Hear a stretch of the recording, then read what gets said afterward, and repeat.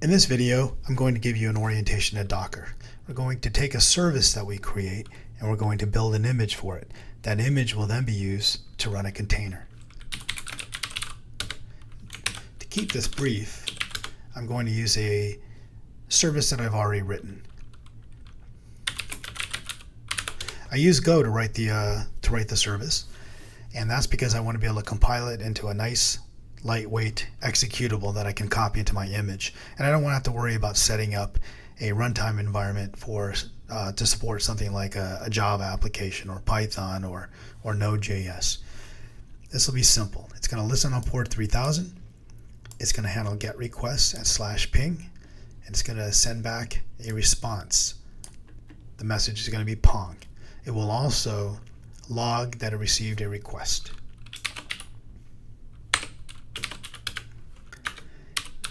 I need to build it for Linux.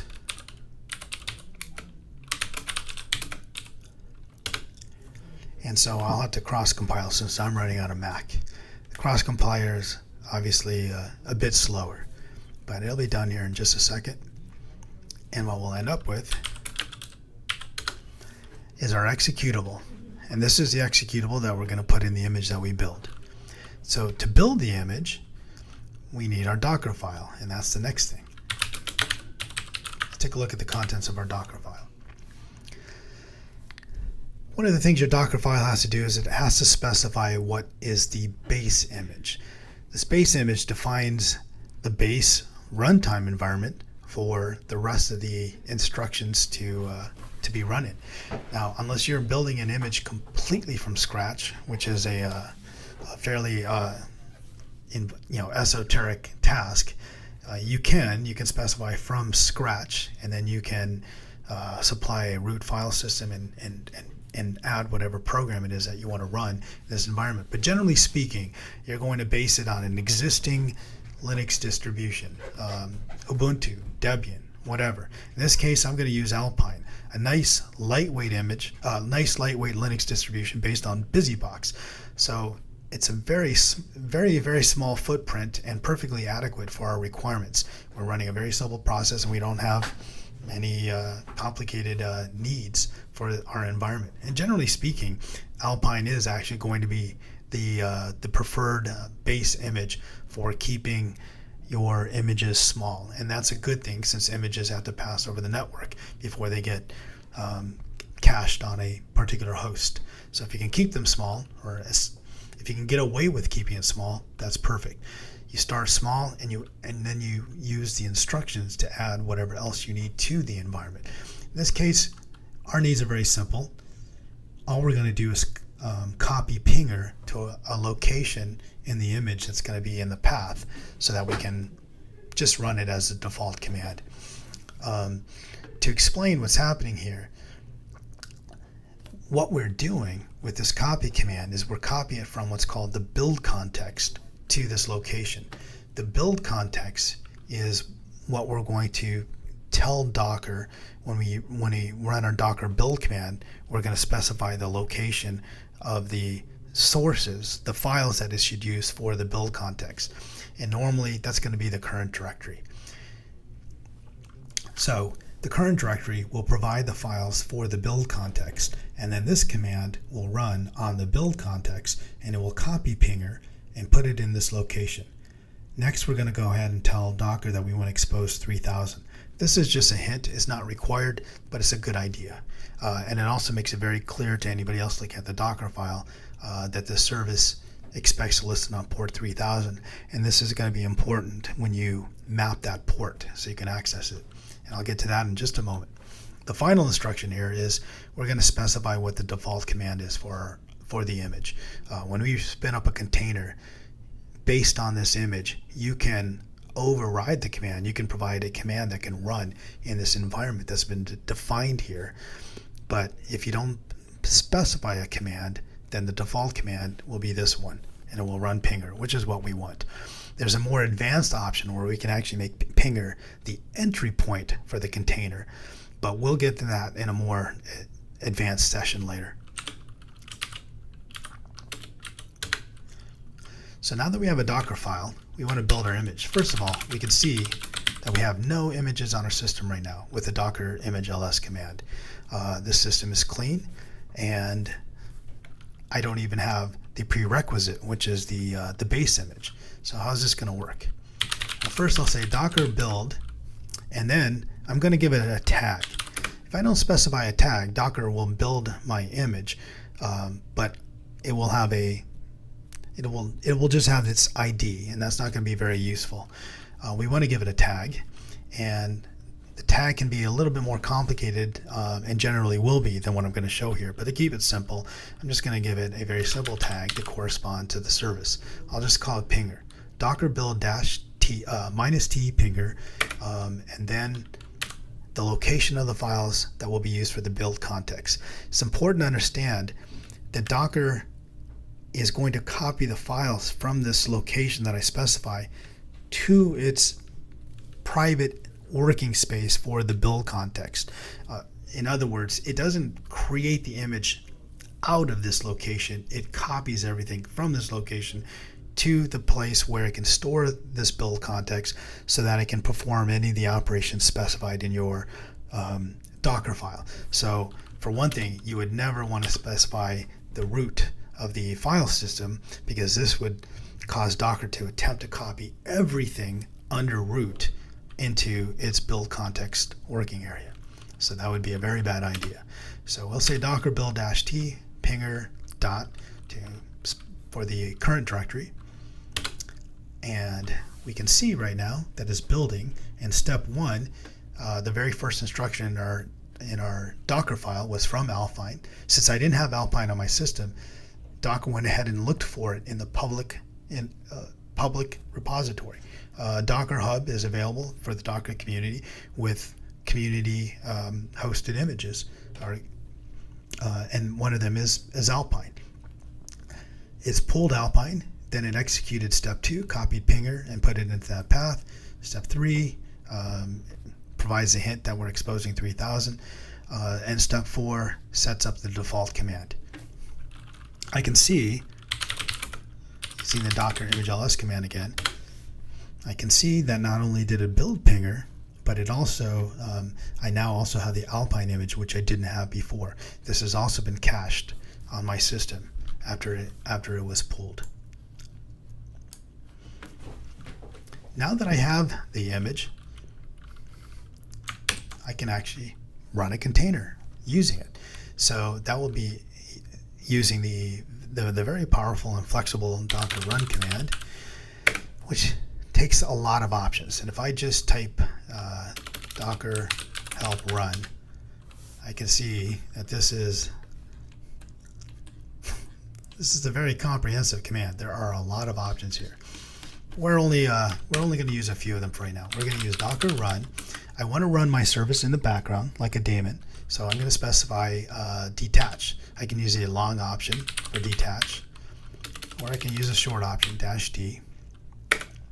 Then I need to specify the port mapping, and I'll use the -p, -p option for that. And the reason why we need a mapping is, at least in this default scenario, we are going to run this container attached to the default network that Docker has created for running containers.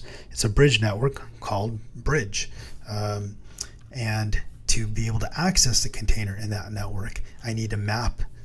What I will do is I will provide a mapping to port 3000 for the container attached to that network to 3000 on my local host. And it doesn't have to be 3000 on the local host, but just to keep things simple, I'll say 3000 on my system, on my host, to 3000 for the container on the bridge network.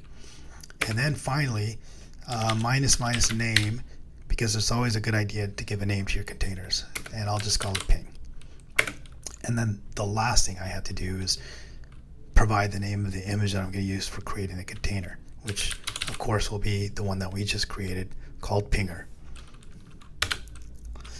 And we can see it did something. What it did was it's started that container. It's provided us with a container ID. I can see the container using the docker container ls command, and I can see that there is a container called ping based on the pinger image, running the command pinger inside of it, and here's that mapping. On my host, any interface port 3000 is mapped to 3000 for the container. I can also take a look at what the container is doing by looking at its logs. Docker logs ping,